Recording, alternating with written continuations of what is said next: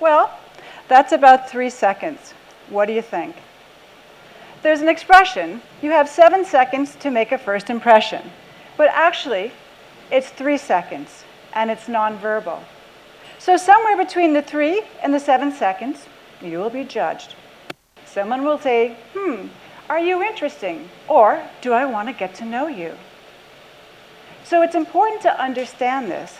So my topic today is know the strength and power of your presence. Let's fix the mic. Know the strength and power of your presence. What is presence? Well, presence means we exist, but it also means we can be present and not seen. So there is a movie that I like to talk about that I refer to often. Is called Lost in Translation. And what I want to talk to you about that is because we have our presence, and the Lost in Translation is about disconnect. So from here, I want to talk to you about the 2 eyes. First eye is your image, is your self-image, is what we think we look like. And the second eye is insecurity, and that's self-doubt, and that's lack of confidence. And let me tell you, when the 2 are not harmonious, when they're not in the same place, it's really hard on ourselves. Our self-esteem is low. We don't feel good about ourselves. But the good news, it's fixable. And that's where we talk about lost in translation. I love this expression because I'll tell you why. I have a client who came up to me and she says, Kathryn, I need your help. I said, fine. She said, I have been out of the workplace for 20 years. I'm an accountant by profession, and what I'd like to do is go start a business and help women start their business. We all understand that. That resonates with us. She goes on to say, well, I've been going to the chamber mixers and also to the networking meetings. And here's the thing. Nobody remembers my name. Nobody remembers me. I'm not memorable. As you can imagine, she feels horrible. It's a very sad feeling. But as she shared her story with me, there's 3 things that I thought of. First, she is smart, so I would let her manage my money. The second thing, she's personable and friendly, so that's also good. The third, disconnect, lost in translation. And what happened, her verbal and nonverbal communication were not in sync. And I'll tell you why. She went to her closet from 20 years ago, the business outfit that she wore, dusted it off, and off she went to the chamber mixers, not thinking anything different because that's her uniform. Well, as she introduced herself at the chamber mixers, there was a disconnect. People are looking at her going, you look tired, you look dated. I'm not so sure I want to trust you with my money. You're not modern, you're not vibes, they're not good. So there's a disconnect. Easy solution, what do? We take her out, we get her a new wardrobe. So I'm delighted. So here we are, if you can imagine this, Saratoga Springs, New York, Broadway. We're going in and out of the shops, and each time we found a new piece of garment for her to put on, she shed the old. So she had her blouse from originally, she left it on the counter and put on her new one. As we went along each store, she let go of everything. And then we walked out the store finally with our last shop. She literally was skipping down Broadway because her 2 eyes are in sync. She felt empowered. She felt wonderful. She felt the burden that she didn't understand all in place. So that's so important to understand. So as I share the story, this is not just hearsay. I have scientific data. Thin slicing, what is that? That's quick judgment, nanoseconds. They say we're not supposed to judge. We do. It's hot-wired that way. The other one, in-cloth cognition. What's that? Well, that's our emotions. That's the way we feel.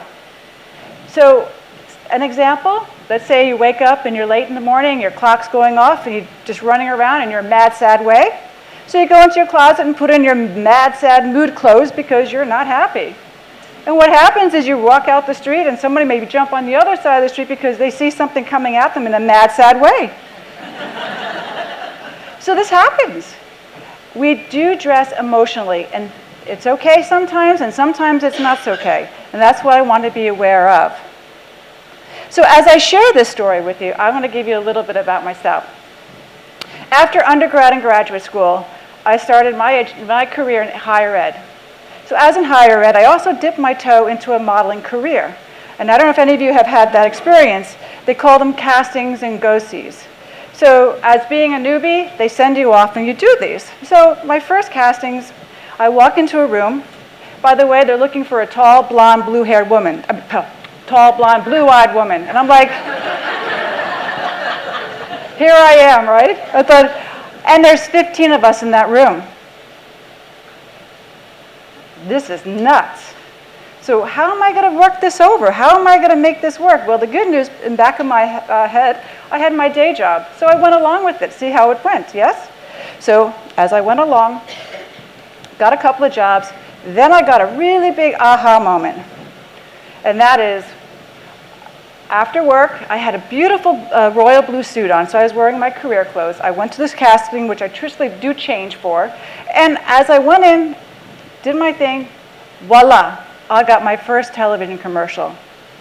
Okay, that's okay, we'll think about that.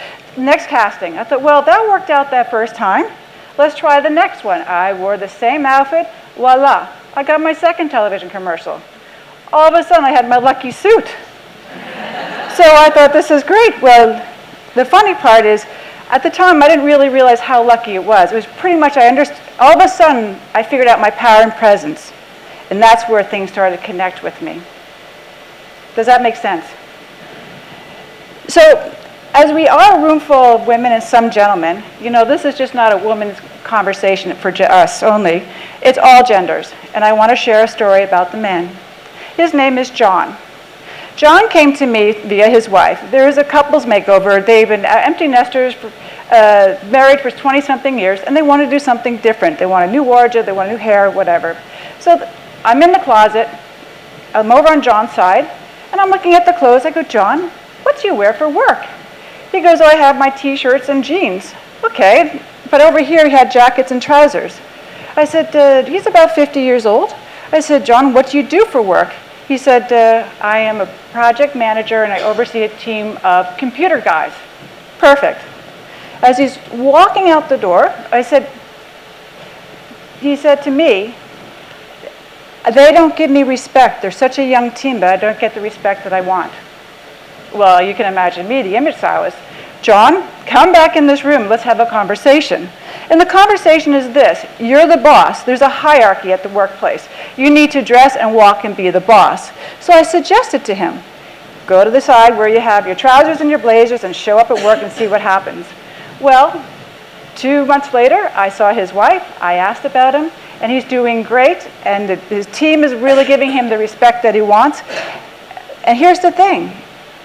He never had to say to the team, hey, I want the respect. He walked the walk. He dressed the boss. He was the boss, and the respect comes to it. So as I wrap up my conversation with you, I want to review. The 2 eyes, are they in sync? How do you feel confident walking in a room full of strangers like we have done today? And are you the best you could be? Everyone is unique here. We all have our own DNA, but we're similar and alike.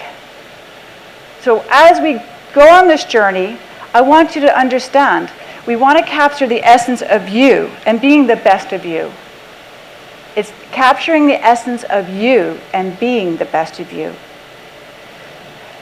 As we started this conversation, I said, know the strength and power of your presence. Well, I'd like to make an addendum. Let's leverage the strength and power for your presence, and that is showing up.